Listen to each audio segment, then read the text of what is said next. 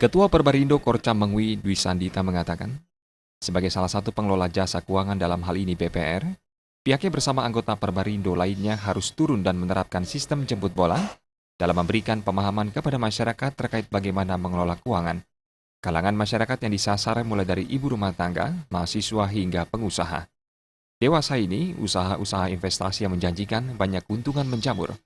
Namun, usaha-usaha investasi itu tidak dilindungi oleh Otoritas Jasa Keuangan OJK, sehingga berdampak buruk saat usaha itu mengalami kepailitan.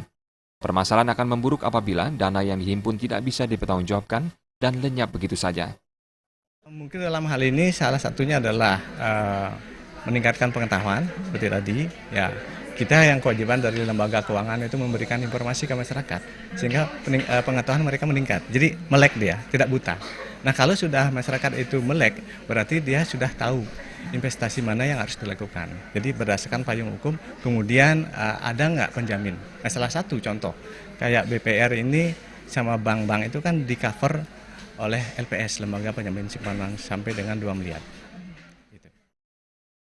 Melalui upaya jemput bola, pengelola jasa keuangan masyarakat diharapkan akan semakin cerdas dalam memilih usaha investasi terbaik. Pratnya Paramita dan Adi Setiawan, Bali TV.